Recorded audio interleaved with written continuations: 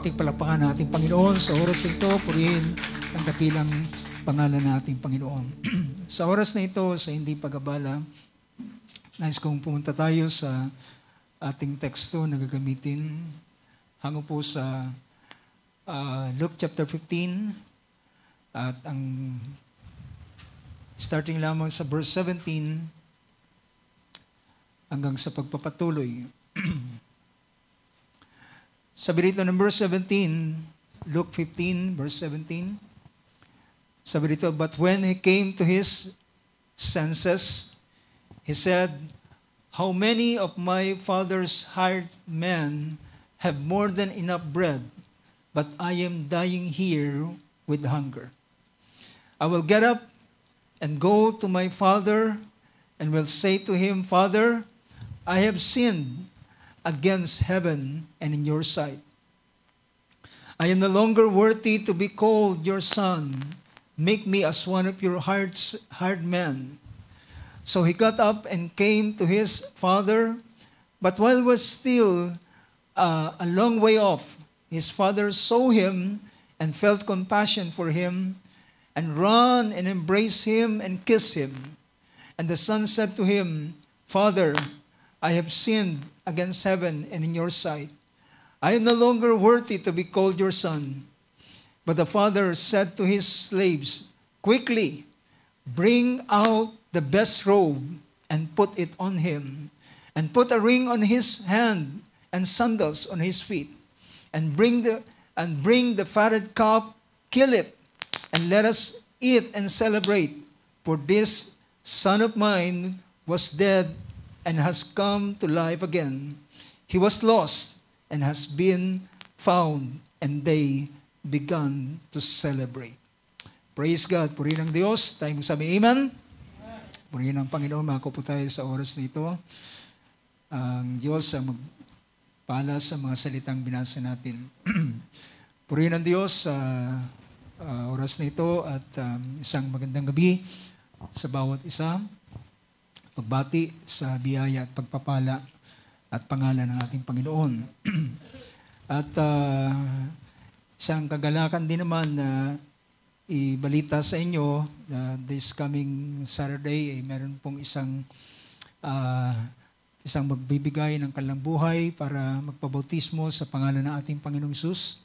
Yun po yung kapatid or rather kapitbahay ng ating kapatid Brother Peter na kanyang naging kaibigan at naging ka-sharing sa ilang panahon at napuntahan namin ng pangalawang beses. At last Tuesday ay na-arrange po namin ang baptism this coming Saturday. So salamat sa biyaya ng Panginoon. Pwede ba natin palakpakan ng Panginoon? Salamat sa biyayang ito. At alam natin ay ang tangi nating kayang gawin ay magbahagi ng salita ng Diyos at ang merong kakayanang mag-convict or mag-convert ay ang kapangyarihan ng ating Panginoon.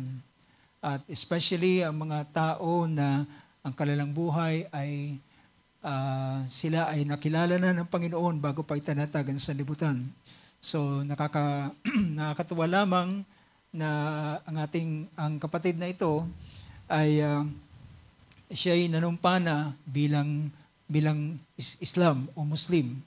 At nagtatanong sa amin nung nakaraang Tuesday kung paano ba yung aking panunumpa dun sa Islam. Sabi ko, ang bagay namang yan ay walang kabuluhan, magiging walang kabuluhan dahilan ang ganitong pananampalataya ay hindi naman ito ang pananampalataya na itinakda ng ating Panginoon sa ating kapanahunan. So,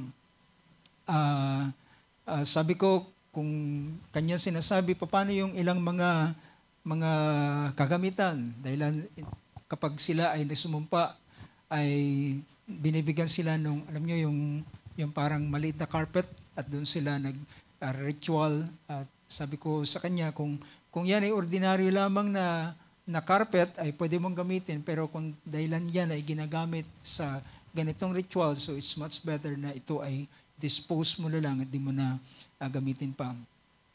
So salamat sa Panginoon at alam niyo yung nag-akay sa kanya ay minsan ay nakita niya na merong kasamang ibang babae.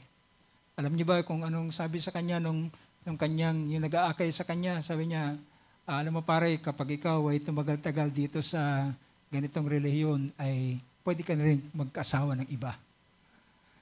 Well, sometimes ang ilan sa mga nagiging pang-inganyo sa iba't ibang mga relihiyon ay iba't ibang mga bagay. Pero salamat na lamang ang sagot, nasa bibig ng ating ng kapatid na ito. Sabi niya, doon nga sa isa, nahihirapan na ako eh. Magdadagdag pa ba ako? Sabi niya, kung sa isa lamang ay, sabi niya, halos din na nga ako natutulog sa pagbiyahe ng Grab, ng taxi. Magdadagdag pa ba ako? So, ito ang kanilang paraan at salamat sa Panginoon. Ang isa pang nakakagalak ay dinalaw po siya nung kanyang mga pamangkin isang pamangkin niya at yung isa ay kaibigan o bayaw yata ng kanyang pamangkin. At dumating sa kanilang bahay dahil nawala ng trabaho, so sa kanya muna tumuloy. At sa mga unbeliever, usually kapag sila ay nagkikita-kita, ay alam niyo na kung ano yung kanilang pinagsasaluhan. Alak agad, di ba? Pero sa biyaya ng Panginoon, nung dumating yung kanyang yung pamangkin niya at yung kaibigan o yung buyaw ng kanyang pamangkin, sabi niya, hindi ko kayo painumin, kumain na lang tayo. Salamat sa biyaya ng Panginoon na gumagawa sa puso ng taong ito at alam kong meron pang higit pang bagay ang gagawin ng Panginoon sa kanya. Nung nakaraang Sunday pala ay bagamat hindi siya nakarating dito, nandiyan na pala siya sa parting sa may Heritage Hotel. Dahilan sa nagbabiyahe siya, natulog siya, usually yung mga ganitong nagbabiyahe ay sa sasakyan na siya natutulog. At nung umaga ay bumiyahe uli siya, nakarating siya dito sa somewhere dito sa may Heritage. At sabi niya, mga mag-alas 11 na raw yun ng umaga nung linggong yun. Gusto niyo sana pumunta pero sabi niya nahihiya siya dahil wala siyang dalang damit. Yung damit niya at di pa rin siya naliligo. Sabi ko, wala nang problema yun. Sana pumunta ka. Pero gayon pa man ay makikita natin salamat sa desire ng Panginoon na nilalagay sa Kanya. So hopefully, ang Diyos ay umaasa tayo na mayroon pang higit pang gagawin sa buhay ng kapatid na ito at higit pang karanasan ang kanyang maranasan. Purihin ang Panginoon. At sa oras na ito ay nais kong dumulog tayo sa mga salita ng ating Panginoon at gusto kong bigyan ng pansin. Last Thursday, ilan sa inyo nakaalala ng ating paksang pinag-usapan? It is about God's undo button. Diba, naalala nyo? It's God's undo button. So, ang ating binigyan ng pansin ay ang God's undo button, ang pagsinabing para i-repress ko sa inyo yung salitang undo, ay ibig sabihin ay i-reverse niya yung lahat ng bagay na yung huling nagawa. Kung nagkamali ka man ng paglalagay ng doon sa dokumento na yung ginagawa, doon sa anumang bagay na yung ginagawa, anumang pagkakamali na nagawa mo, just press the undo button at ito ay marireverse. So, babalik siya doon sa dati. At ginamit ko ang example na ito para ipakita ang God's undo button ay walang iba kundi ang cross ng ating Panginoon. Ang cross ni Kristo. Si Kristo mismo ang siyang naging undo button. Siya ang nag-reverse ng lahat ng mga bagay. Ang mga bagay na nagawa ni Adan, ang na-lost ni Adan, ang sanlibutan na supposed to be siya ang merong dominion, sabi ng ating Panginoon, be fruitful and multiply, replenish the earth and have dominion over it. Magkaroon kayo ng pag-ahari sa buong kalupaang ito. Dahil ang Book of Psalms ay nagsasabi ang sangkalangitan ay sa Diyos at ang lupa ay binigay sa mga anak ng tao. So, ngunit makikita natin, ngunit ito ay nawala sa pamamagitan ng kasalanan na ang pandaraya ng serpente sa babae ay naging daan upang makapasok ang kasalanan at na-loss nila ang kanilang dominion. Nawala ang sanlibutan ito, ang mundong ito ay sa halip na si Adan at ang kanyang mga anak ang mag-rule, ito ay nahulog at naibigay sa kamay ng kaaway at mula noon ang kaaway na si Satanas na ang siyang nag-rule dito sa sanlibutan ito. And then later on, bakit pinuksan ng Diyos ang sanlibutan sa panahon ni Noah? Sa panahon ni Noah ay pinuksan ng Diyos dahil ang kanyang inaasahan, ang kanyang nasa kanyang layunin at plano ay ang mga anak ng Diyos ang dadami, pero ang nakita niya na dumami ay ang kasamaan, at ang kasamaan ay bumalot sa buong sanlibutan. Na supposed to be ang mundo ay mapupuno ng mga anak ng Diyos with God's character. But sa pangyaring ito, ang nangyari po ay ang pumuno sa mundo ay kasamaan at every imagination, corruption at ilang pang mga bagay.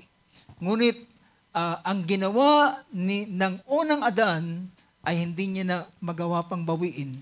Pero ang huling Adan ang siyang naging undo button. Siya ang nag-reverse ng lahat ng mga bagay, ang nawala, ang na-loss na Adam ay naibalik niya sa kanyang kamay uli. At yan ang dahilan sinabi ng Book of Hebrews chapter 1, siya ang tinakdang tagapagmana ng buong sanlibutan. Ibig sabihin, siya ang magmamana uli, pero hindi niya ito mamanahin kung hindi niya ibibigay ang kabayaran. So, nang ibigay niya ang kabayaran ng kanyang buhay at ng kanyang dugo, ay na-reverse ang lahat ng bagay. Kung kay Adam ang lahat ay naging makasalanan, kay Kristo ang lahat ay naging matuwid at pinawalang sala. So, nagkaroon ng reverse, nagkaroon ng pagbabalik o pagsasauli. So, na-undo yung lahat ng bagay na ginawa nangyari kay Adam. At sabi natin, Panginoon, ang siya'y magbangon sa mga patay, sabi niya, ang lahat ng kapangyarihan sa langit at sa lupa ay naibigay na sa aking kamay. Kaya nga sabi niya, yumaon kayo sa buong sanlibutan, ipangaral ninyo ang ebanghelyo sapagkat ito na yung panahon na iaando niya at ibabalik niya ang lahat ng mga anak ng Diyos pabalik sa Kanya uli. Praise God. So that's the point na ating binigyan ng pansin nung nakaraan Thursday, but pagpapatuloy natin ang kaisipang yan, pero kung nagbigay na tayo ng pansin about God's undo button, ay ang bigyan naman natin ng pansin ngayon is the man's undo button. Ito naman ay ang may kinalaman sa tayo, sa tao, sa atin. Ano ba ang ating undo button? Ano ba yung undo button natin na kapag ito ay, kapag meron tayong nagawang maling bagay, ano yung pwede nating gawin? Kaya't ginamit ko yung pangyayari dito sa the prodigal son. Alam natin ang kasaysayan na ito, ang kasaysayang ito ay nag-start ng verse 11 na merong isang tao na meron siyang dalawang anak. At ang kanyang bunso ay nag-request sa kanya at sinabi sa kanya, Ama, ibigay mo sa akin ang ganang sa akin. Ang bahagi na para sa akin ay ibigay mo na sa akin. So ang ginawa ng ama ay kinuha niya ang saganang para sa kanyang bunsong anak at ibinigay sa kanya. At di naglaon ayon sa narrative na ito ay hindi naglaon pag nang makuha niya yung bahagi niya ay pumunta sa ibang malayong lugar at namuhay ng isang buhay na paaksaya. So that's the word prodigal means. Yung isang buhay na paaksaya, walang direksyon. Gastos dito, nagliwaliw, at kinonsum niya ang kanyang pera na inisip niya na napakarami, pero isang araw, nasumpungan niya na wala na at ubos na ang kanyang salapi. At nagkataon naman na nagkaroon ng kagutom sa lugar doon, sa lugar na yun. At na nagkaroon ng kagutom ay ubos na ang kanyang pera, wala siyang ibang bagay, nasa survival stage na siya, kinakailangan niyang mabuhay, pumasok siya, kinakailangan niya magtrabaho, at wala siyang ibang mapasukan kundi ang kunin siya na bilang tagapag-alaga, tagapagpakain ng baboy. So, makita natin, alam nyo, sa Israel, ang baboy ay isang hamak at hindi nila ito kinakain. So, pinakamaruming hayop para sa kanila. So, makita natin yung mababang kalalagayan ng lalaking ito na naging tagapagpakain na lang siya ng baboy. At dahilan sa gutom, sabi ng kasaysayan, gusto niya na halos kanin yung kinakain ng baboy. At nang gusto niya nang gawin yun dahilan sa labis na gutom na kanyang naranasan sa panahon yun dahil nagkaroon ng famine sa panahon yun. Ay ito naman yung panahon na siya ay bumalik o dumating sa kanyang ulirat. Kumbaga, para siyang nagising. Nagising siya sa isang katotohanan na naisip niya, bakit ako nagtitiis sa lugar na ito? Sabi niya, naalala ko doon sa bahay ng aking tatay, ay marami kaming mga alipin doon. Pero yung alipin ng aking tatay, ang aking ama, ay hindi sila nagkukulang ng pagkain. Meron silang sapat, sagana, at labis pa nga. So, ang ginawa, ang lalaking ito, kaya sabi ng verse 17, kung babalikan natin yung verse na yon, ay pinakita doon when he came to himself, siya ay, kumbaga pa, ay natauhan. Sa wingang Tagalog ay pinakita ron, sabi niya, datapwat nang siya'y makapag-isip, ay sinabi niya. Nang siya'y makapag-isip, ilang mga alilang upahan ng aking ama na may sapat at lumalabis pa na pagkain at ako ay narito na halos namamatay sa gutom. At sabi niya, ganito ang aking gagawin. Sabi niya, magtitindig ako at ako'y paroroon sa aking ama. At aking sasabihin sa kanya, Ama, nagkasala ako laban sa iyo, laban sa langit, at laban sa iyong paningin. At sabi niya, at ako ay hindi nakarapat-dapat tawaging iyong anak, kundi ibilang mo na lamang akong isa sa iyong mga upahang alipin. So ganito ang kaisipan ng taong ito na nang siya'y makapag-isip-isip at na-realize niya ang lahat ng mga bagay. At dito mga kapatid, sa kanyang kaisipan ay kung siguro naroon siya sa kanyang kaisipan kung maibabalik ko lang. Kung maibabalik ko lang ang mga pagkakataon dahilan nasadlak siya sa ganitong bagay. At ang unang nasa kanyang kaisipan ay yung tinatawag na kanyang kahihiyan. Nababalik siya sa kanyang ama na siya ay naghihirap, ang kanyang kasuotan ay madumi at halos sabihin na natin na madungis siya at babalik siya na wala na ang pera na bahagi na binigay sa kanya ng kanyang ama. So babalik siya na walang-wala ang lahat ng bagay na binigay sa kanya ay wala na siyang dala-dala pa kahit ano. At ngunit ang isang bagay na kanyang inisip, babalik ako sa aking ama. At ako ay aaminin ko na ako'y nagkasala sa langit at sa kanyang harapan. At ako ay babalik sa kanya. At kung hindi niya na ako, dahilan ako hindi karapat-dapat na tawaging anak, ay kahit ibilang niya lamang akong isa sa kanyang mga upahang alipin, makabalik lamang ako doon sa bahay ng aking ama. Ako'y maglilingkod na lamang na kagaya ng aking isa sa mga upahang alipin. So, nabuo ang ganitong desisyon at ang lalaking ito ay bumangon at sabi ng verse 20, siya ay bumangon at siya'y pumaroon sa bahay ng kanyang ama.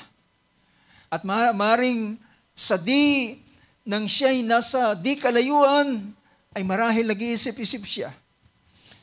At kung nag-iisip-isip siya kung ano ang kanyang, siya ba'y tutuloy pa o hindi? Pero nanaig sa kanyang puso, sabi niya, ako'y paparoon at aking kikilalanin at aking aaminin ang lahat ng bagay. Ako'y nagkasala sa harapan ng Diyos sa langit, ako'y nagkasala sa kanyang paningin at ako ay babalik at may kapag-usap sa aking ama.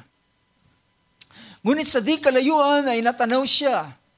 Sabi rito, ngunit nang siya ay nasa di kalayuan pa, sa verse 20, sabi yan, datapot samantalang nasa malayo pa siya, ay natanawan na siya ng kanyang ama at nagdalang habag sa kanya.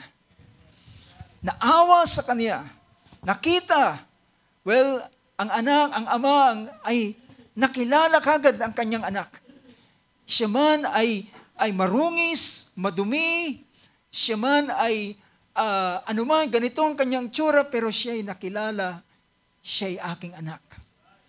At ang ginawa sabi ng verse na ito, nang siya ay makita sa malayo pa ng kanyang ama, ay sabi niya, siya ay nakaramdam ng kahabagan. Nagdalang habag, nagdalang awa. At ang unang tumakbo ay yung tatay. Amen. His father saw him, felt compassion for him, and run. At siya'y tumakbo. Well, ang anak ay walang halos lakas na ihakbang ang kanyang paa dahilan sa kahihiyan, dahilan sa kanyang kalalagayan, dahilan sa kondemnasyon sa kanyang puso. Na sabi niya, hindi na ako karapat-dapat maging anak. At siya ay nakatayo na lamang doon sa kanyang kinaroroonan, pero ang kanyang amang tumatakbo na siyang unang yumakap sa kanya. Amen. At siya'y niyakap, at sabi rito, siya'y niyakap at hinalikan. Well, kahit anong amoy niya. Siya'y hinalikan at sabi rito, siya'y niyakap. At dito na ang anak ay nagpahayag ng kanyang binulay-bulay na salita nang bago siya umalis. Yung nabuo sa kanyang kaisipan na kanyang sasabihin sa kanyang tatay ay kanyang sinabi at kanyang sinalita. At sinabi niya, at sabi ng anak sa kanyang ama, sabi niya, Ama, ako'y nagkasala sa langit at ako'y nagkasala at ako'y hindi na karapat-dapat na tawagin ay iyong anak. Ngunit, alam nyo, sabi ng verse 21, at sinabi ng anak sa kanya, Ama, nagkasala ako laban sa langit at sa iyong paningin, hindi na ako karapat-dapat na tawaging anak mo. Ang anak na ito ay punong-puno ng kondemnasyon sa kanyang puso. Punong-puno siya ng pagtingin sa kanyang sarili na hindi na siya talaga karapat-dapat. Na ang tingin niya na lamang ay siya ay magiging alipin na lamang doon sa bahay ng kanyang ama. Pero alam nyo, ang sumunod na pangusap, ngunit, anong sinabi ng ama? Ang verse 22 ay nagsabi rito, ngunit, sabi niya, datapot sinabi ng ama sa kanyang mga alipin. Well, hindi niya sinagot yung sinabi ng kanyang anak. Hindi niya sinagot na sabi niya, Ama, nagkasala ko. Hindi niya sinagot ng panunumbat. Hindi niya sinabi, yan ang sinasabi ko sa iyo. Hindi niya sinabi na, ayaw ko sana kitang payagan pero nagpumilit ka. Ngayon, tingnan mo ang kalalagayan mo. Tingnan mo ang buhay mo. Tingnan mo ang itsura mo.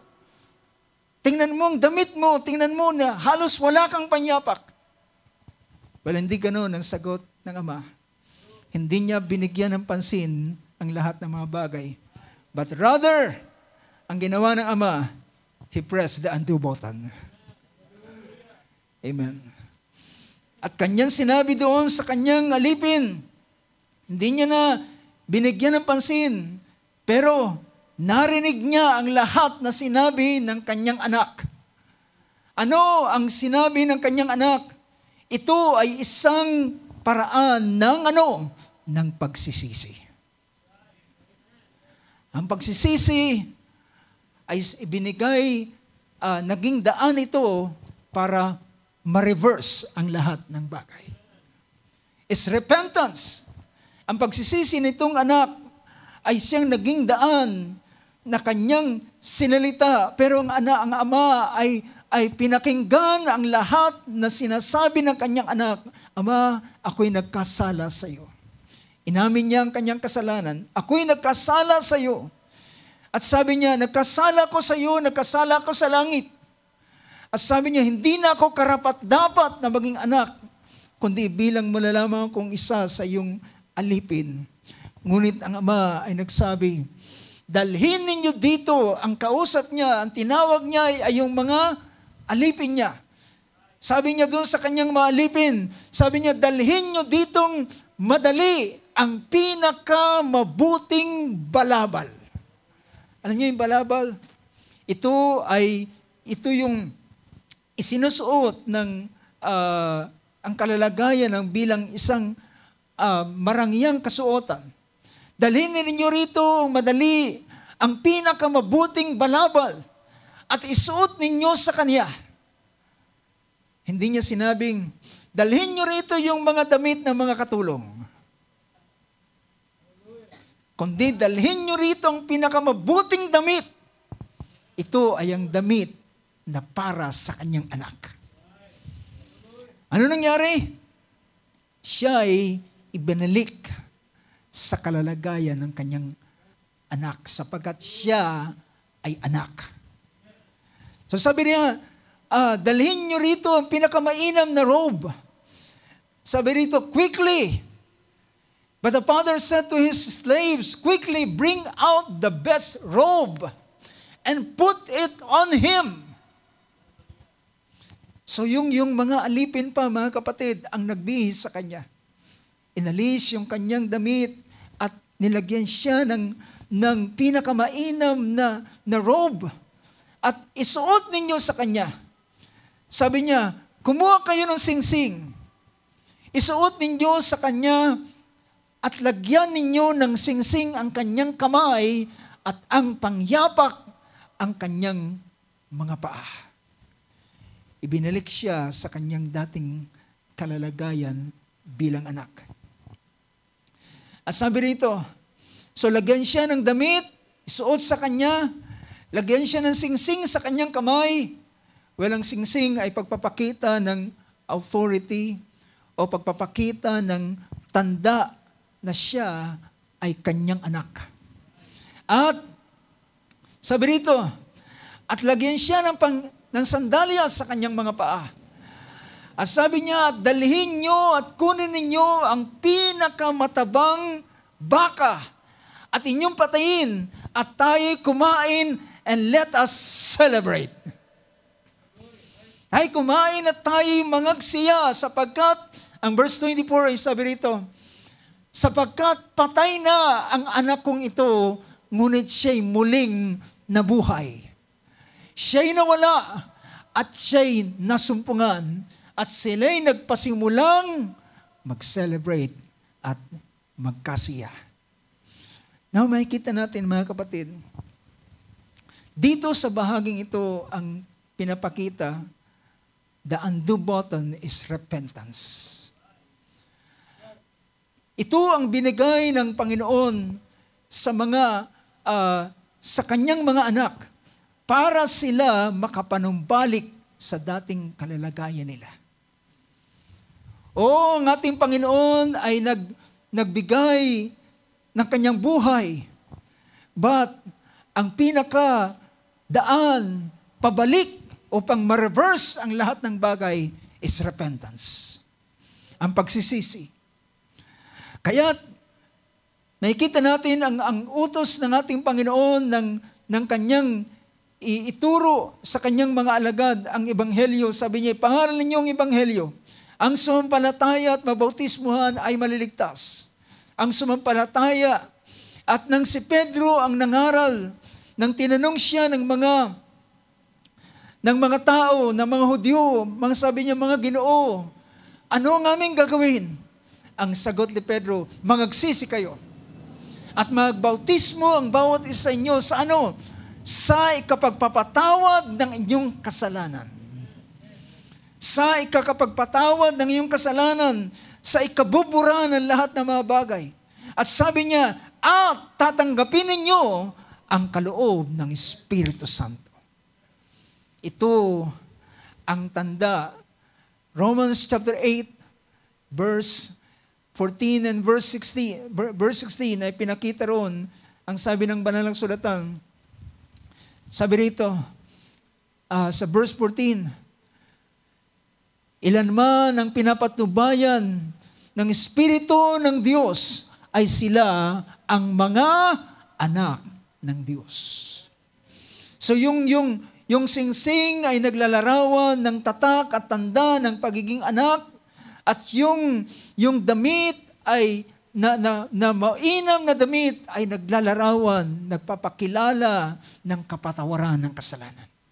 Nagpapakilala ng paglilinis at paghuhugas ng kanyang lahat ng bagay na kanyang nagawa. Itong lahat ay nirestore at binalik sa kanya. So, sabi rito, ang mga pinapatnubayan ng Espiritu ng Diyos ay silang mga anak ng Diyos, sapagkat hindi natin tinanggap ang sumunod na verse 15, sapagkat hindi ninyo muling tinanggap ang Espiritu ng pagkaalipin sa ikatatakot. Kaya't hindi siya tinanggap bilang alipin, dahilan hindi siya alipin, siya ay anak. Siya ay anak. At hindi espiritu ng pagkaalipin ang ibinigay sa kanya. Hindi damit ng pagkaalipin ang binigay sa kanya. Hindi uniforme ng isang alipin ang ibinigay sa kanya, kundi ibinigay sa kanya ang suot at kasuotan ng anak. Hindi espiritu ng pagkaalipin ang ating tinanggap para tayo'y matakot muli, kundi tinanggap natin ang espiritu ng pagkukupkop. Spirit of adoption. Espiritu ng paglalagay, pagtanggap at paglalagay sa isang posisyon bilang anak. Spirit of adoption as sons, by which we cry out, Abba, Father. Na dito tayo sumisigaw, yung espiritong yan. Sabi ng verse 16, ang Espiritu ng Diyos, ang kanyang Espiritu ay nagpapatotoo sa ating Espiritu na tayo ay anak ng Diyos. Hindi ang sino man, hindi ikaw, kundi siya na nasa iyo ang nagpapatunay na ikaw ay anak ng Diyos. Hindi ka alipin. Hindi ka na alipin. Alam ba natin yan, mga kapatid? Hindi ka na alipin. Hindi na tayo alipin.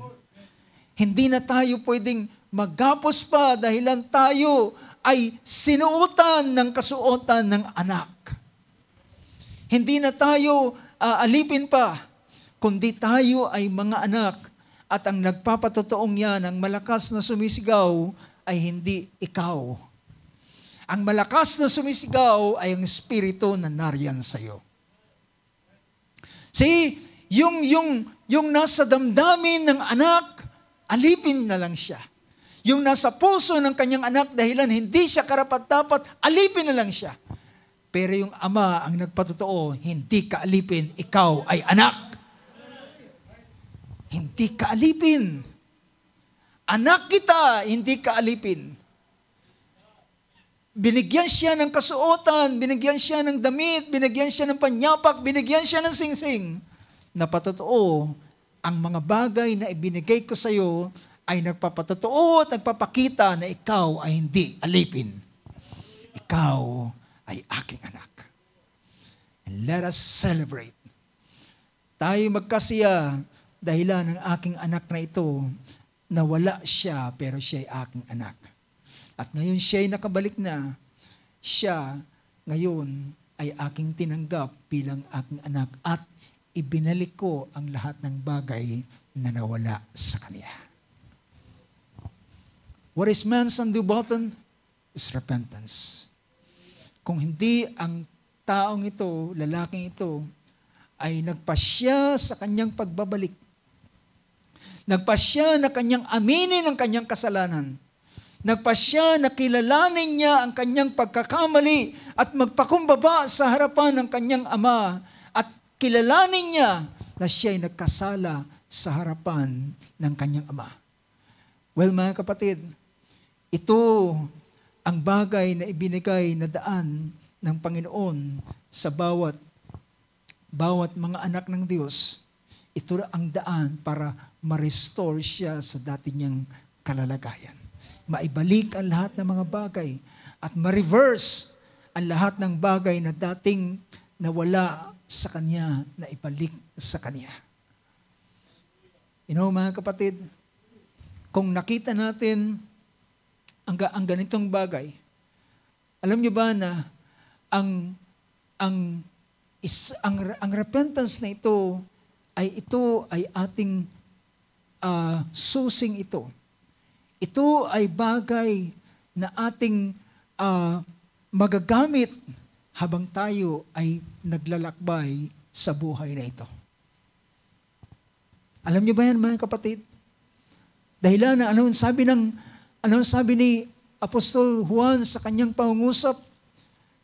Dahilan ang ating Panginoon ay nagbayad na ng kanyang buhay at ibinuhos na ang kanyang dugo.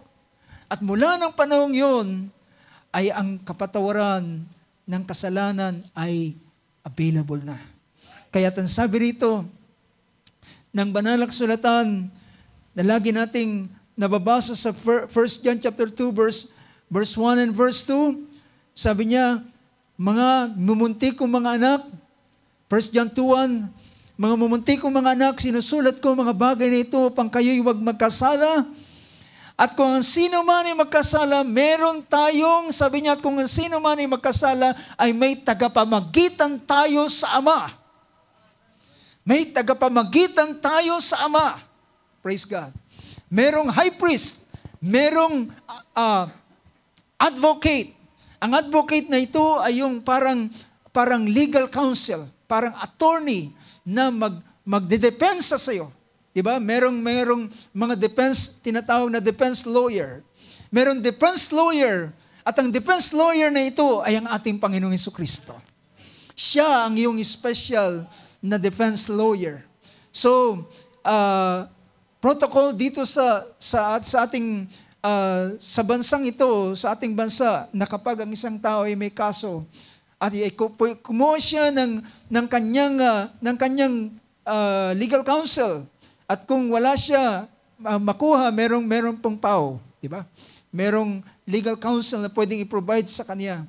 Pero salamat mga kapatid, meron tayong legal counsel na magdedepensa sa atin. Na ang ito ay walang iba kundi si Jesucristo, ang matuwid. Kung ikaw ay hindi nagkamali, sabi rito, dahilan, merong magdedepensa sa iyo, merong tatayo para sa iyo, si Jesus na matuwid. Si Jesucristo na matuwid, kung ikaw ay nasumpungan sa kawalan ng katwiran, merong isang matuwid, at ang matuwid na yan ay siyang nagbigay sa atin ng kanyang katwiran. In-impart sa atin, in-impute sa atin ang kanyang katwiran, at ang katwirang ito ay tinanggap natin na walang anumang halagang bayad. Kahit sabi rito, at siya ang naging pampalubag-loob sa ating mga kasalanan. See, ang ating defense lawyer ay tatayo at sabihin, Ama, ang aking dugo ay nabuhos para sa Kanya. Ang aking dugo ay naging pambayad para sa Kanyang kasalanang nagawa. Anong sabi ng Book of Isaiah na kinamit natin na nakaraan? Bagamat ang iyong kasalanan ay mapula at matingkad sa pagkapula, ay kaya niyang paputiin ito na kagaya ng niebe. Kagaya niyang i-reverse ito. Kung ang tela ay galing sa puti at deny o yung Jobo sa atin, tinubog siya sa dye, twice na siya tinubog at nagkulay ganito, nagkulay maroon na siya, nagkulay crimson na siya, kaya siyang paputiin na kagaya ng papel na ito. Ibig sabihin, mare-reverse at babalik ang lahat ng tinta na kinain ng telang ito ay muling mawawala sa kanya at babalik siya sa kasing puti na kagaya ng papel, na kagaya ng niebe, kagaya ng snow, kagaya ng balahibo ng tupa na bagong paligo. Amen. Thank you, Lord God. Hallelujah. Amen. Siya ang tatayo para sa atin. Provided na sinabi ng, balikan natin, itaas natin ang verse. Balik natin sa chapter 1 ng 1 John.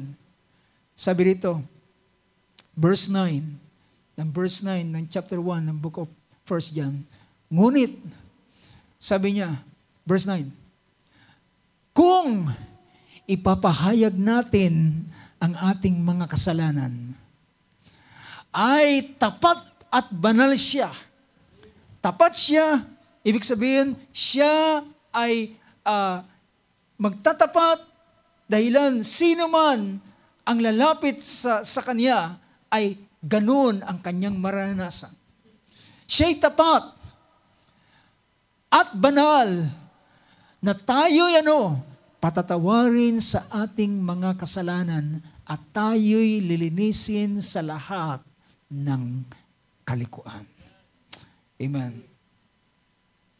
Sabi niya, at tayo'y lilinisin. At sabi rito ng pangungusap na ito, if we confess our sins, this is repentance. Ito yung pagsisisi. At ang pagsisisi ang siyang magre-reverse at magbabalik siya sa kanyang kalalagayan. Alam nyo, mga kapatid, ito yung binigay ng Panginoon sa atin upang ang ating buhay na tayo nalilinis ay mapanatiling malinis. Tayo na pinabanal ay mapanatili sa kanyang kabanalan. Maibalik sa dating kalalagayan kung ano ang ginawa, ang dugo ng Panginoon. Kaya rito sabi rito sa verse, dito sa verse 7, taas natin sa verse 7, Ngunit kung tayo'y magsisilakad sa liwanag, ano yung nagsisilakad sa liwanag? Lahat ng bagay ay yung dinadala sa liwanag. Ibig sabihin, wala kang nililihim. Lahat ng bagay ay yung kinoconfess. Lahat ng bagay ay yung inilalahad sa harapan ng Panginoon. Kaya sabi rito, ngunit kung tayo'y magsisilakad sa liwanag, na gaya niyang nasa liwanag, ay may pakikisama tayo sa isa't isa at nililinis tayo ng dugo ni Jesus na kanyang anak sa lahat ng kasalanan. Ano yung paglakad sa liwanag? Ito yung paglalantad ng ating buhay sa harapan ng Panginoon. Ito yung pagko-confess natin ng ating mga kasalanan sa harapan ng Panginoon. Ito yung pagsisisi natin sa ating mga kasalanan sa harapan ng Panginoon. Sa ganitong bagay, Mga kapatid, ay sabi rito, if we confess our sins. Ang confession ay yung paglalantad mo ng iyong buhay sa liwanag sa harapan ng Panginoon. Dahilan, alam natin ang sinasabi ng banal na kasulatan, sa Panginoon ay wala tayong anumang bagay na may tatago. Sa Panginoon ay wala tayong anumang bagay na pwedeng ikubli. Pwede natin ikubli sa sino mang mga tao, pero sa harapan ng Diyos na siyang liwanag, kahit gabi, dahilan sa taas ng teknolohiya ngayon, ay meron na silang tinatawag na mga night vision, di ba? Sa panahon ng gabi ay pwedeng makita yung tao kahit ito'y madilim. Nakikita na merong tao. So kung ang teknolohiya ay merong night vision, gaano pa ang Diyos? Gaano pa ang Panginoon na hindi niya kayang makita ang lahat ng mga bagay?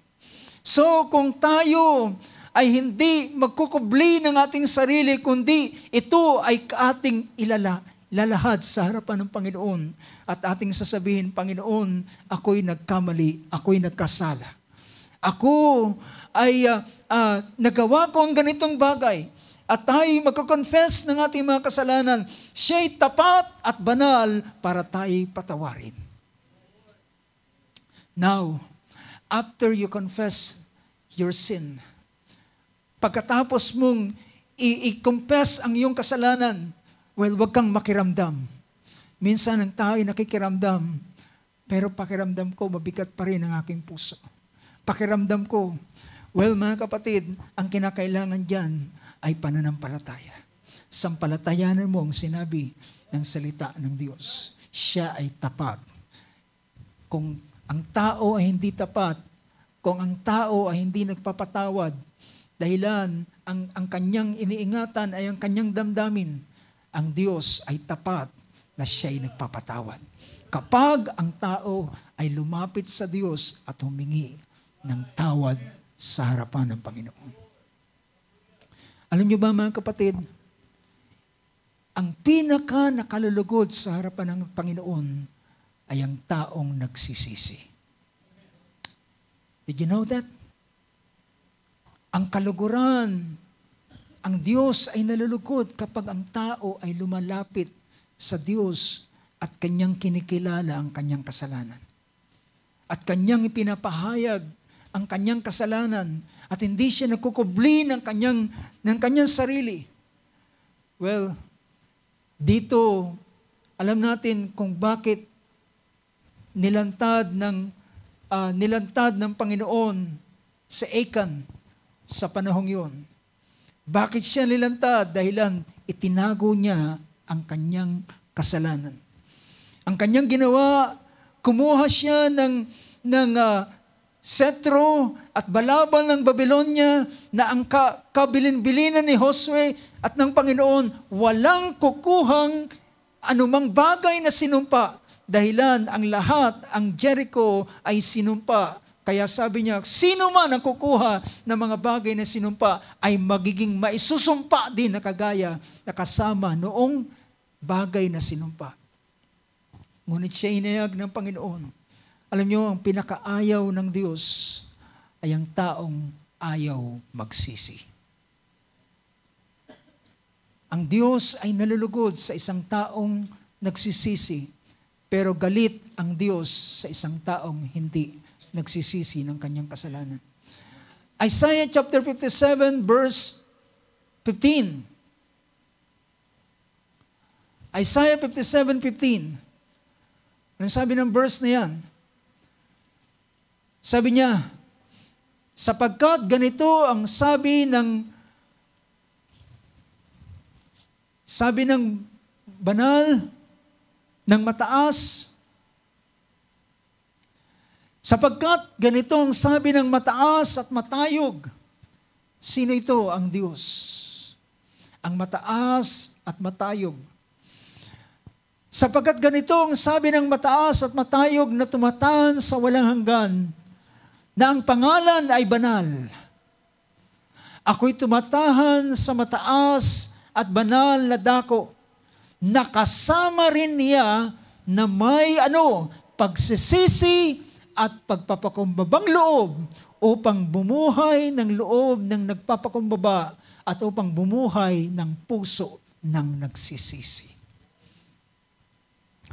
Ang pinaka nakalulugod sa Diyos ay ang taong nagsisisi sa harapan ng Panginoon. Hindi ba ang Diyos ay galit sa kasalanan? Yes. Siya ay galit sa kasalanan. At kapag ang tao ay nagkasala, siya ay galit sa kasalanan at kahit man doon sa taong nagkasala. Ngunit, hanggang ang taong ito, ngunit alam niyo, sabi ng Book of Ezekiel, kahit ang tao, ang masama, kahit siya'y mamatay dahilan sa kanyang kasalanan, ang Diyos ay hindi rin nalulugod sa kamatayan ng masama. Ngunit, ano ang kanyang kaluguran?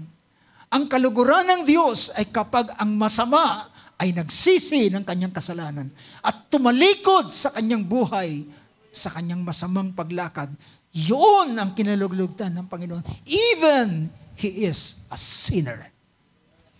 Kahit gaano man siya kabigat ang kanyang kasalanan, kahit gaano man kapula at katingkad ng kanyang kasalanan, kung hindi siya magsisisi, siya ay ang Diyos, ang galit ng Panginoon ay nasa kanya. Ngunit kung siya ay magsisisi, mapapawi ang lahat at ang kaluguran ng Diyos ay gagawad sa kanya at siya ay kakasamahin ng Diyos. Alam niyo ba ang pagsisisi? Ang pagsisisi ay, ang nilalarawan nito ay ang pagluhod, pagpapakumbaba sa harapan ng Panginoon at ang Diyos na mataas lamang ang siyang makikitang nakatayo. Diba?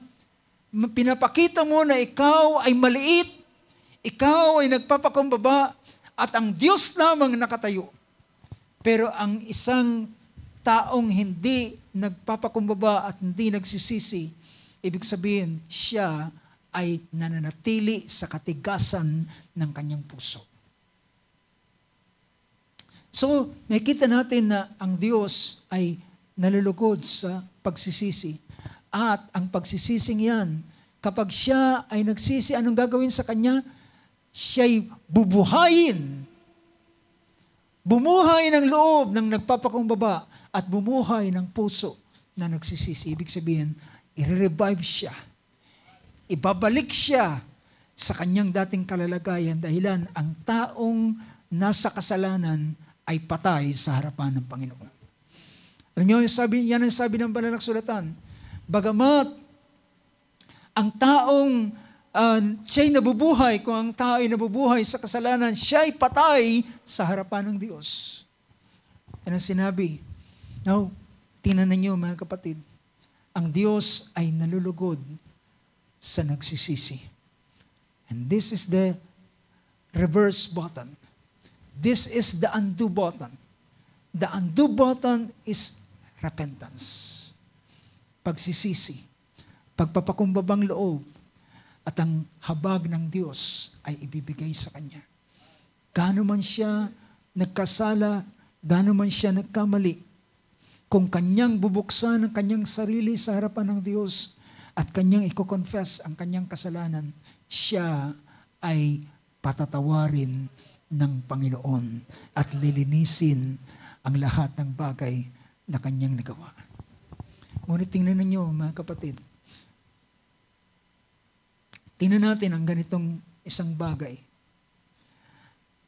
Ang Book of Psalms, chapter 7, verse 12. Psalms chapter 7, verse 12. Anong sabi diyan?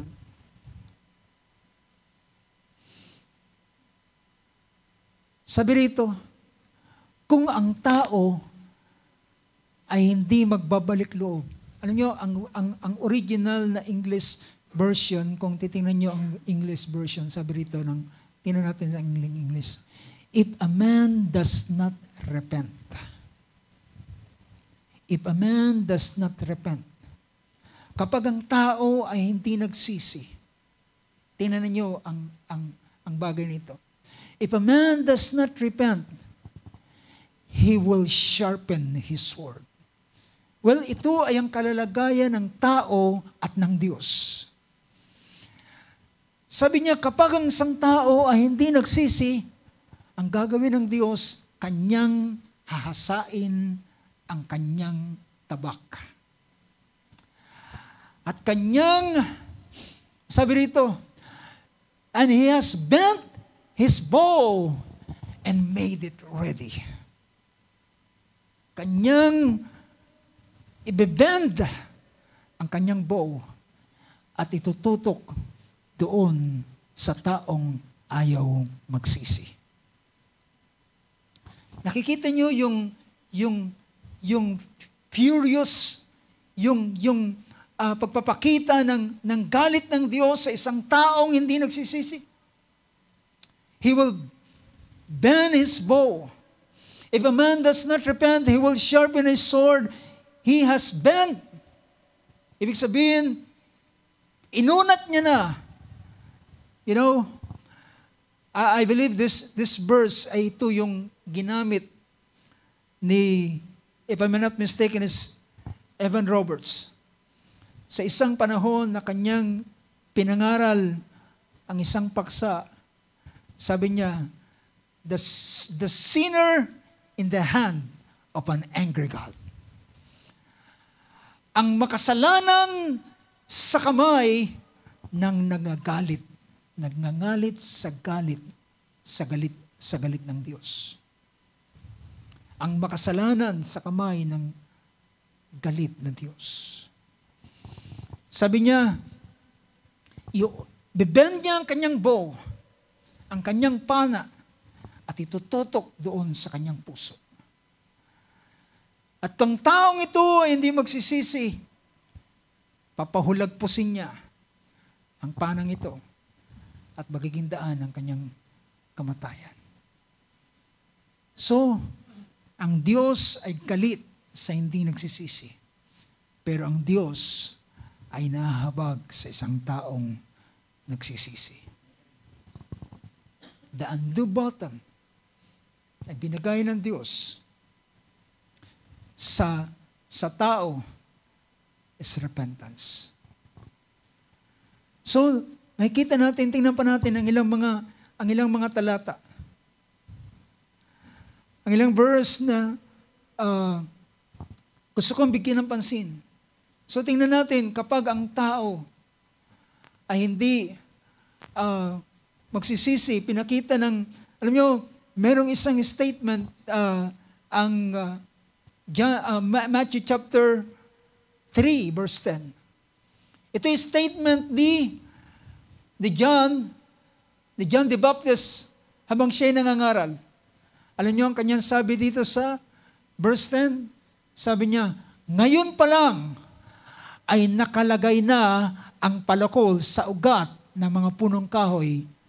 Ang bawat punong kahoy nga na hindi nagbubunga ng mabuti ay pinuputol at inahagis sa apoy.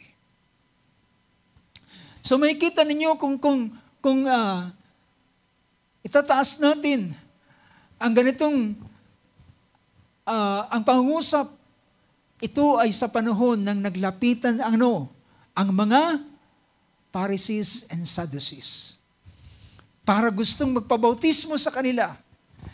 At ang kanyang sinabi dito sa verse 7, nang makita niyang Pariseo at mga Sadduceo na lumalapit para sa kanya, lumalapit para magpabautismo sa kanya, kanyang sinabi sa kanila, kayong lahi ng ulupong. Kayong lahi ng mga ulupong, sino ang nagbabala sa inyo upang takasan ang galit na darating? Nakikita ninyo yung galit, sabi niya, yung galit ng Diyos na darating. Anong sumunod na pangusap? Mangagdala kayo nga'y mga bunga ng mga karapat-dapat sa pagsisisi. ang dapat nilang dalhin ay ang pagsisisi. Hindi ang pagmamalaki na sasabihin, anak ako ni Abraham. Anak ako ni Abraham. Kundi ang pagsisisi na sabi na pinapakita, magdala kayo ng karapat-dapat na bunga ng pagsisisi. Bear fruit in keeping with repentance. Sapagkat sabi niya, ang Diyos ay kayang magpalitaw ng mga anak ni Abraham mula sa mga batong ito. Kahit sila ay mga bato, pero ang Diyos ay kayang magpalitaw ng mga anak ni Abraham sa kanila. Na makikita natin, ang Diyos ay galit sa hindi nagsisisi. Sabi rito ng Luke chapter 13, verse 3. Isang pangyayari dito sa panahon ng ating Panginoon. Sabi ng Luke chapter 13, sa verse 1 ay mas mabanggit natin ang verse 1, sabi niya, ng panahon ding yaon, sabi niya, nangaroon ang ilan na nagsisipagsabi sa kanya tungkol sa mga Galileo. Merong insidenteng nangyari sa panahon ito. Tungkol sa mga Galileo na ang dugo ng mga ito'y inihalo ni Pilato sa mga hain nila. So ibig sabihin ay may mga pinatay si Pilato, yung dugo ng mga Galileong ito, mga tao ng Galilee, ay yung dugo nila inihalo ni Pilato sa hain, doon sa kanilang hain. And sumunod na verse, sabi niya, at siya'y sumagot at sinabi sa kanila, inaakala baga ninyo na ang mga Galileong ito ay higit ang makasalanan kaysa lahat ng mga Galileo? Iniisip niyo ba ang dahilan worse ang naranasan ng isang tao ay higit silang makasalanan? Minsan, ang sukatan ng tao ay kapag brutal yung naranasan ng isang tao ay malaki kasi ang kasalanan niya, kaya ganyan ang nangyari sa kanya. Pero ang sabi ng Panginoon, huwag niyong isipin, huwag niyong akalain na ang mga Galileong ito ay higit na makasalanan kaysa lahat ng mga Galileo. Dahil sa sila'y nagbata ng mga bagay na ito. Dahil sa kanilang ganitong karanasan. Ngunit ang sabi ng Panginoon na ito, verse 3, ngunit sinasabi ko sa inyo, hindi. Yung bagamat ganun ang kanilang karanasan, ay hindi sila higit na makasalanan kaysa kanino man. Hindi, datapwat, malibang kayo'y mangagsisi, ay mga mamatay kayong lahat ng gayon ding paraan. So meaning to say, ang hindi pagsisisi ay dito ibubuhos ng Diyos ang kanyang kagalitan. Dito ibubuhos ng Diyos ang kanyang kagalitan. At sumunod, mayroon pang sumunod na itong talata. Yung 12 na nabagsakan ng muog sa Siloe. Alam nyo yung Siloam? Doon pinaghugas yung nasa John chapter 9 na bulag, yung walang eyeball na nilagyan ng putik mula sa dura ng ating Panginoon at sinabi sa kanya, maghugas ka sa Siloam. Yung lugar na ito ng Siloam ay merong mga taong nangamatay na sila'y nabagsakan ng pader. Nabagsakan sila ng pader. Ay inakala baga ninyo na sila'y lalong salarin kaysa lahat ng mga taong nangananahan sa Jerusalem. Iniisip niyo ba na siguro makasalanan ng mga taong yan kaya sila nabagsakan ng pader na yan? At sila'y higit na makasalanan sa mga taong nasa Jerusalem. Ang sabi ng Panginoon sa verse 5, sabi niya, sinasabi ko sa inyo, hindi. Datapwat, malibang kayo'y magsisi, ay mangangamatay kayong lahat sa gayon ding paraan. Ano ang ayaw ng Diyos? Ang hindi pagsisisi. Ano ang ayaw ng Diyos? Ang hindi pag-amin ng kasalanan. Ano ang ayaw ng Diyos? ang ikinukubli ang kasalanan. Ngunit kapag ang tao ay mag-confess ng kanilang kasalanan, ang habag, biyaya, at pagpapatawad ng Diyos ay kanyang inilaan sa kanya. Praise God. You know, it is the first time that I encountered this verse of Psalms chapter 7, verse 12. Narinig ko ito, pero nang makita ko yung verse na ito, I remember, if I'm not mistaken, this is the very verse na ginamit ni Evan Roberts ng kanyang ipangaral. At doon, nagkaroon ng malaking revival sa panahon yun. Dahilan, pinakita niya ano ang kalalagayan ng tao na taong makasalanan sa kamay ng galit na Diyos.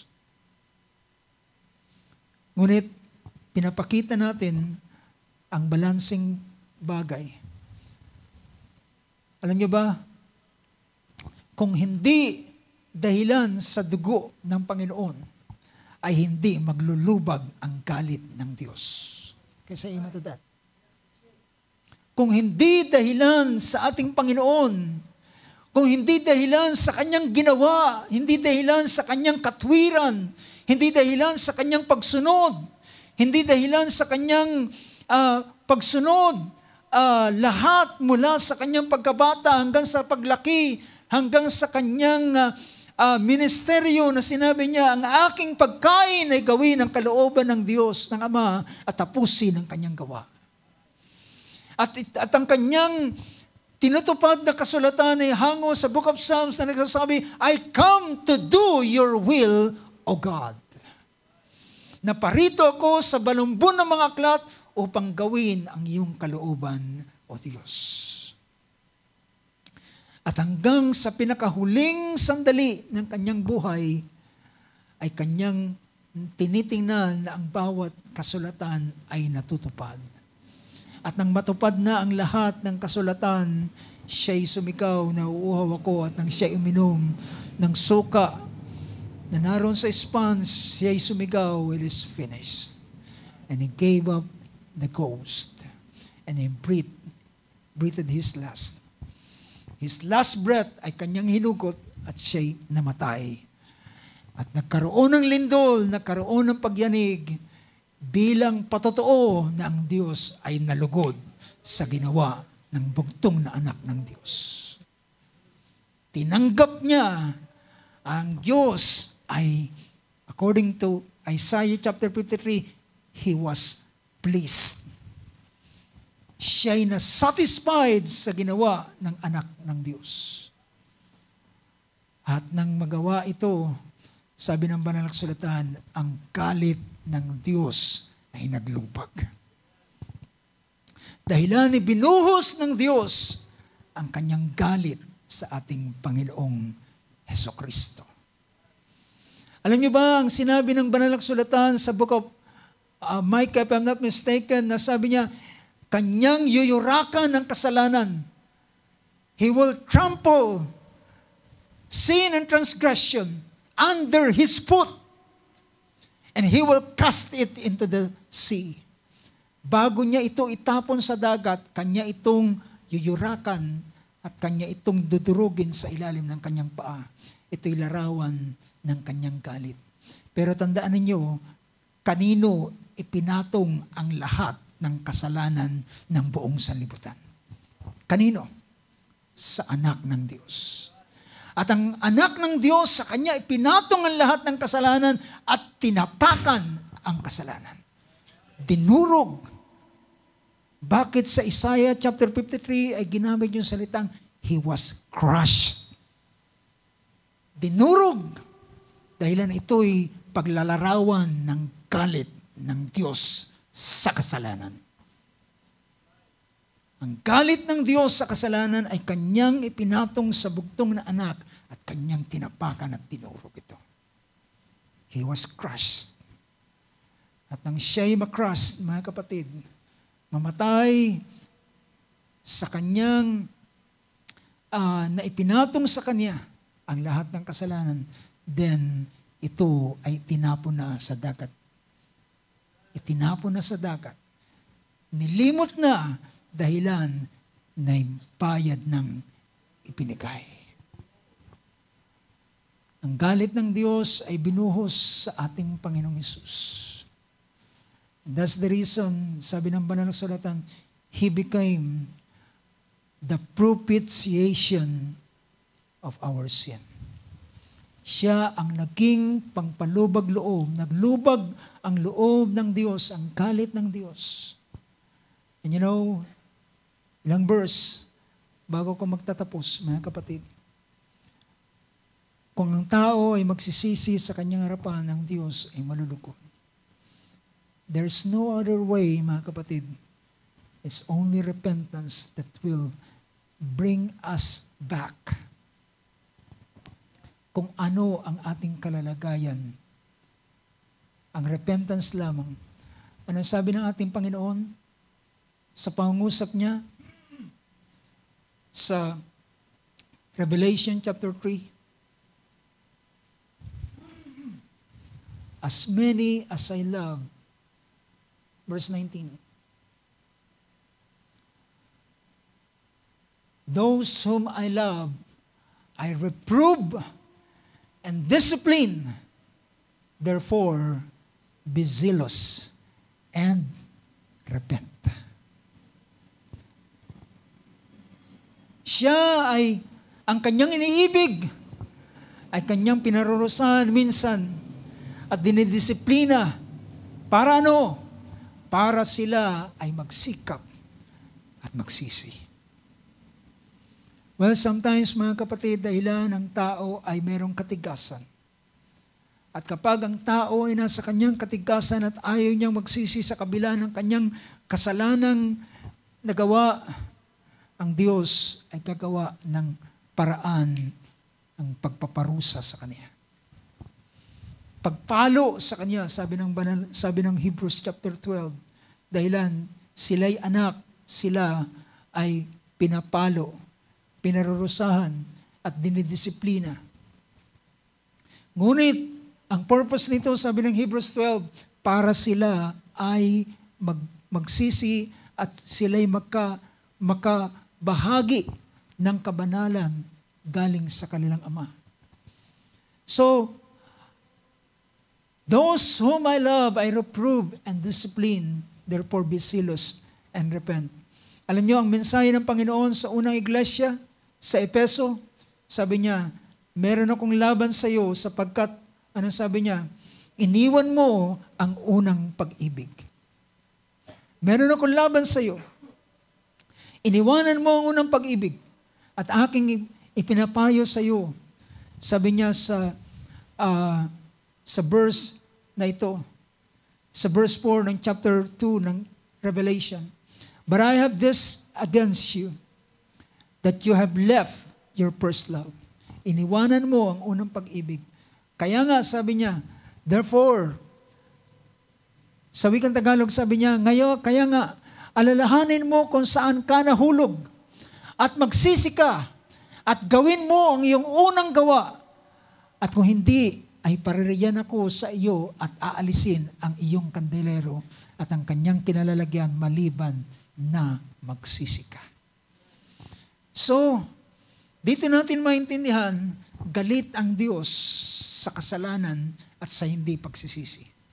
Ngunit kung ang tao ay, kaya sabi niya, ako'y paririyan sa iyo at kukunin ko, alisin ko ang ilaw, ang kandelero, maliban na ikaw ay magsisi.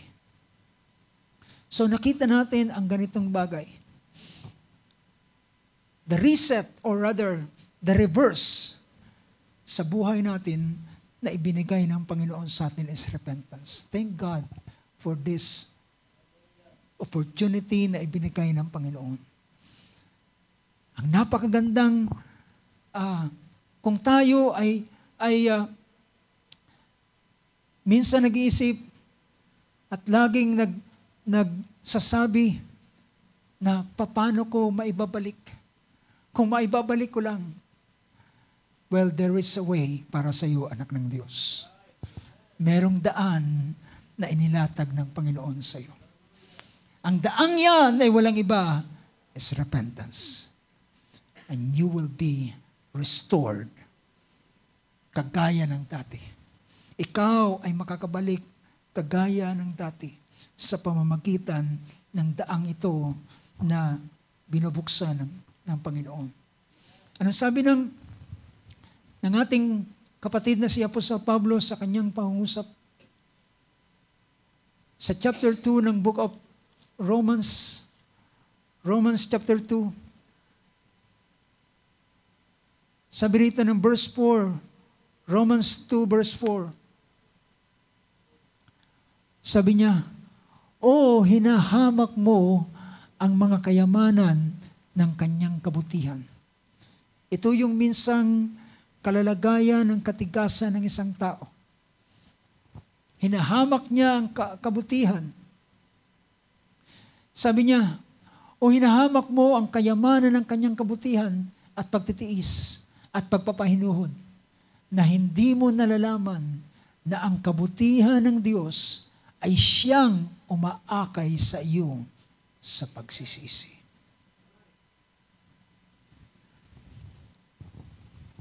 Minsan ang tingin ng tao, I remember one time, ang aming kasama noon sa young people, ako'y kabataan pa rin noon, isang kapangalan ko rin, si Brother Edgar. Ang kanyang bukang bibig, kung ako'y anak ng Diyos, dapat sawayin niya ako. Bakit? Ibig sabihin, alam niya na meron siyang ginagawang hindi tama. Pero ang kanyang statement, sabi niya, kung ako'y anak ng Diyos, sasawayin niya ako. Well, isang araw ay dumating sa kanya ang isang hindi magandang balita. Siya noon ay nasira ang kanyang kidney. At siya ay nakita namin kung paano bumagsak ang kanyang katawan hanggang sa siya ay kinuha ng Panginoon. So brothers and sisters, hindi natin dapat paglaruan ang biyaya ng Diyos, ang kabutihan ng Panginoon. Kung siya ay nagiging mabuti pa rin sa iyo sa kabila na ikaw, ang tao ay gumagawa ng kasalanan, ibig sabihin, ito'y kabutihan ng Diyos. Pero wag nating samantalahin. Wag nating abusuhin. Dahilan, supposed to be ang kabutihan ng Diyos, it will lead you to what? To repentance. Supposed to be. Dapat ang kabutihan ng Diyos sa kabila ng iyong mga pagkukulang, mga kasalanan at ilang pang mga bagay, ang kabutihan ng Diyos ang maglilid sa iyo para magsisi, para magbago ng iyong paraan, ng iyong pamumuhay. Pero kung ikaw ay maglalaro sa biyaya ng Diyos, well, ang sabi ng verse na ito ay nag-iipon ka lamang ng galit sa araw ng kagalitan. Malinaw ang salita ng Diyos, galit ang tao.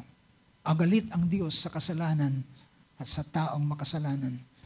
Nananatili sa kasalanan, ngunit kapag siya ay nagsisi, ang habag at biyaya ng Diyos ay kagawad sa kanya at bumurahin ang lahat ng bagay sa kanyang buhay. Sa ilang talata, alam nyo, darating ang panahon, ibubuhos ng Diyos ang kanyang galit.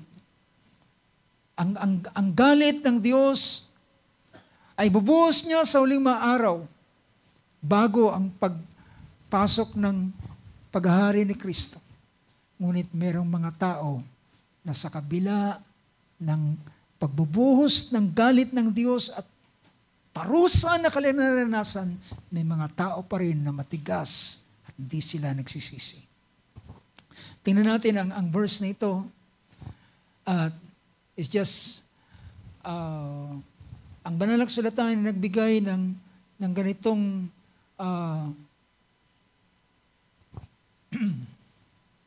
sabi rito ng chapter chapter 9, verse 20.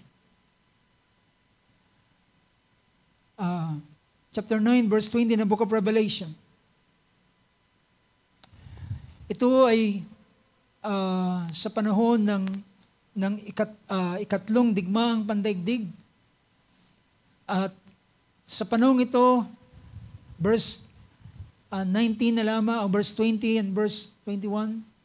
Ang verse 20 ay sinabi diyan, at ang nalabi sa mga tao na hindi napatay sa mga salot na ito ay hindi nagsipagsisi sa mga gawa na kanilang kamay upang huwag sumamba sa mga demonyo at sa mga Diyos-Diyosan sa ginto, pilak, tanso, bato, kahoy na hindi nakakakita, nakakarinig at nakakalakad man. Sabi roon, ang nalabi sa mga tao ay hindi namatay. Hindi sila namatay pero ayaw pa rin nilang magsisi. Hanggang verse 21, sabi niya, verse 21, at sila'y hindi nagsipagsisi sa kanilang mga pagpatay, kahit man sa kanilang paggagaway, kahit man sa kanilang pakikapit, kahit man sa kanilang pagnanakaw. Still, sa panahong ito, sa pagbubuhos ng galit ng Diyos, may mga tao pa rin, they raise their fist against God. At sila'y, habang ang galit ng Diyos ay binubuhos, ay pinapakita pa rin nila ang kanilang galit at sila'y nagmamatigas. Can you imagine that? At dito'y bubuhos ng Diyos ang kanyang kagalitan. At ang nakakapagtaka rito ay may mga taong ayaw pa rin magsisi. So, meron pang ilang mga bagay na pwede natin mabasang katulad nito. At ito'y mangyayari sa panahon ng pagbubuhos ng galit ng Diyos. Men will raise their fist against God habang ang Diyos ay nagbubuhos ng kanilang galit at ayaw pa rin nila magsisi. Ganon sila katigas at doon paparamdam ng Diyos ang kanyang kagalitan. But sa mga anak ng Diyos, repentance is, ito yung, alam nyo, kapag ikaw ay bumabagtas sa isang may pinupuntahan ka, at kapag ikaw ay napamali ng kalsadang pinasok, kalye o highway na pinasok, at alam mo na ang iyong direksyon is supposed to be northward, you're going southward. Ang tanong, ano ang gagawin mo? Are you still, magpapatuloy ka pa rin ba ng pagtahak doon na alam mo na ang direksyon mo ay mali? At sasabihin mo na ikaw ay magmamatigas, ayaw mong bumalik. Pero kung alam mo na ikaw ay nagkamali ng landas, nagkamali ng karsada na pinasok, alam mo kung ano ang iyong hanapin. Mga driver, ano ang iyong hanapin? Maghahanap kayo ng U-turn slot. At ang U-turn slot ang siyang magbabalik sa iyo kung saan ang tamang direksyon ng iyong tinatahak. And you will reach your destination. Maghanap ka ng U-turn slot dahil lang ang U-turn slot lang ang magbabalik sa iyo sa tamang direksyon. Thank God, mga kapatid, merong U-turn slot na inilaan ng Diyos sa atin. Minsan, naranasan ko na rin na nakalagpas yung U-turn slot, salamat, meron pang isa. Amen. Ganon kabiyaya ang Diyos sa atin. Minsan na palagpas natin ang biyayang ito, ang opportunity ito. But thank God there's still another opportunity. Pero kapag ang isang opportunity na yan ay huwag mo nang palagpasin pa. Grab the opportunity. Hanggat maaari, tumabi ka na pumunta ka na sa lane ng U-turn at antayin mo na pagdating mo ron ay makapag-U-turn ka. Otherwise, there's no more U-turn slot. At mapapalayo ka ng lubusan. Tayo tumayo sa oras na ito, mga kapatid. Thank God, ang Diyos ay napaka-mabuti, napaka-mapagbiyaya. Naglaan siya na napakaraming biyaya, sumasagana, umaapaw, bumabaha na biyaya. It is a lavish grace na binuhos ng Diyos. Ngunit ito'y nilaan niya kanino? Sa mga handang magsisi.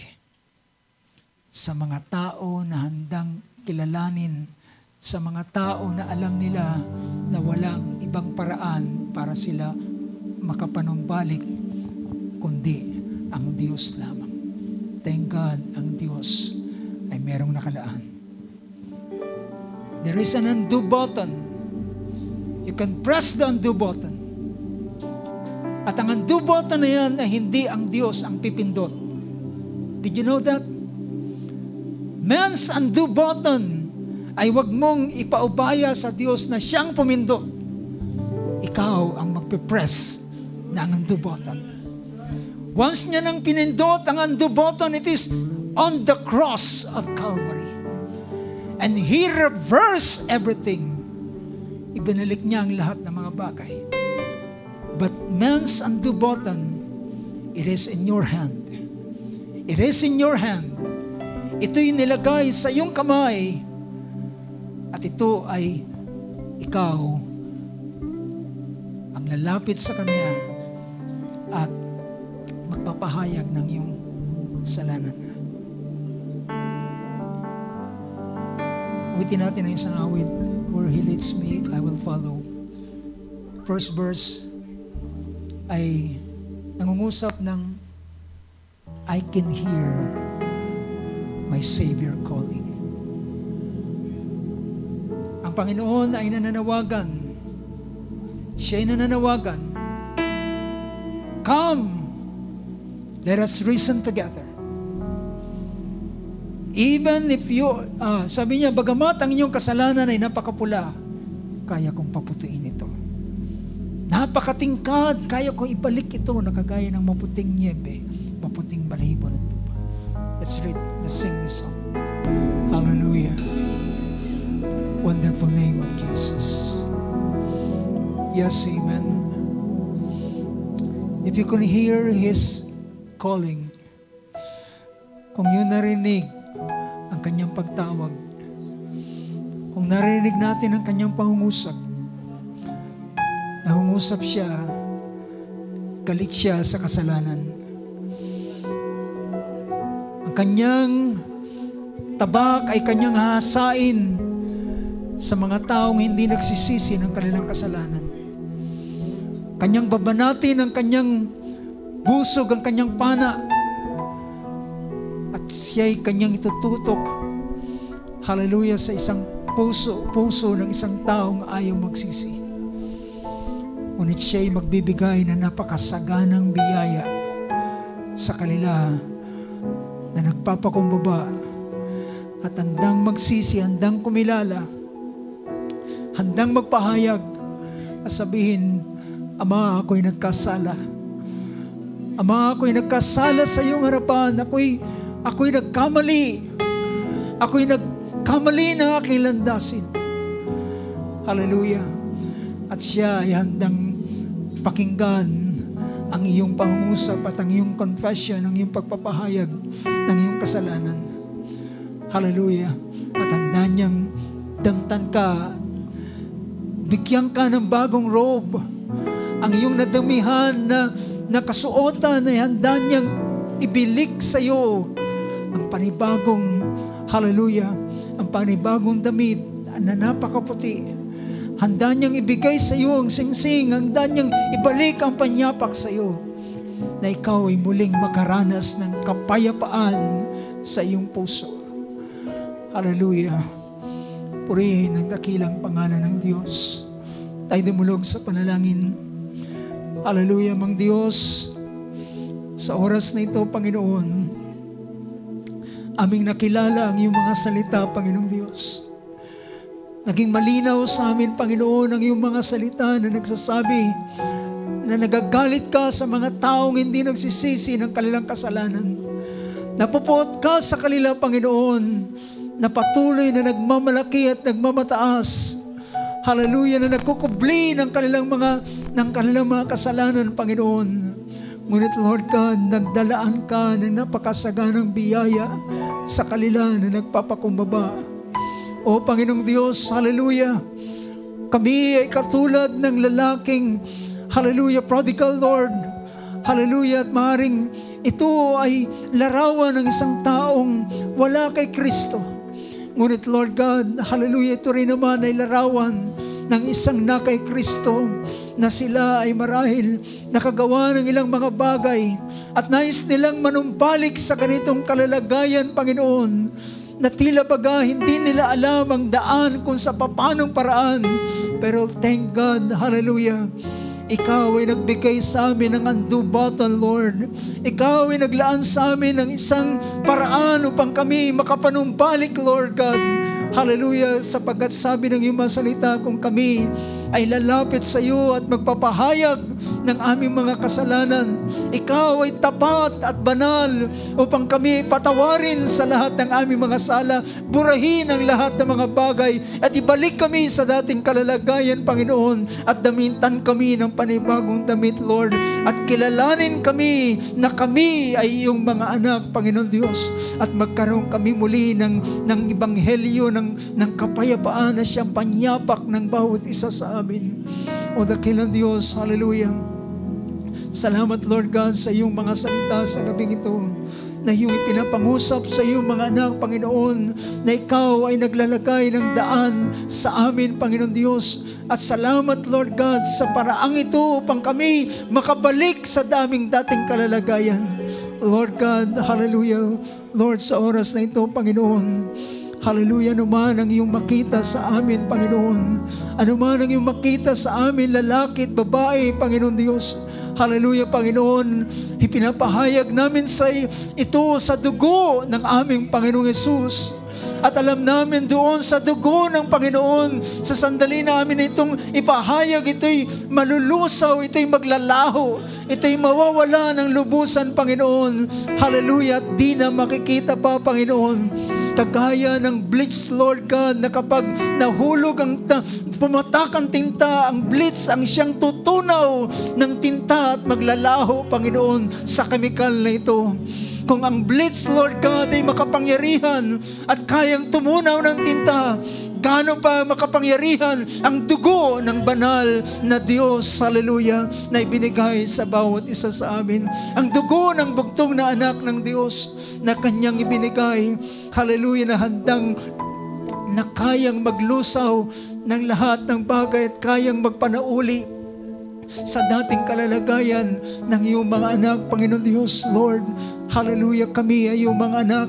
Kami ay iyong mga anak. At di kami alipin, Panginoon. Kami ay iyong mga anak, Lord God. At nais mo kaming ibalik at ipakilala kami sa amin na kami iyong mga anak. Ang Espiritu mo ang siyang nagpapatotoo, na nangungusap sa amin, na nagko-convict sa amin, Panginoon, na kami ay iyong mga anak, O Lord God. Hallelujah, Panginoon, ipatawad mo sa amin ang lahat ng bagay. O Lord God, hallelujah, at linisin mo ang lahat ng mga bagay. At Lord Jesus, hallelujah, Panginoon, ang sino man na lumalapit sa iyo, Panginoon Diyos, ibalik mo, hallelujah, sa dating kalalagayan ng kanilang buhay. Ibalik mo, Panginoon, sa dating lakas, sa dating init, sa dating kapangyarihan, Panginoon, ng iyong mga anak, O Lord God.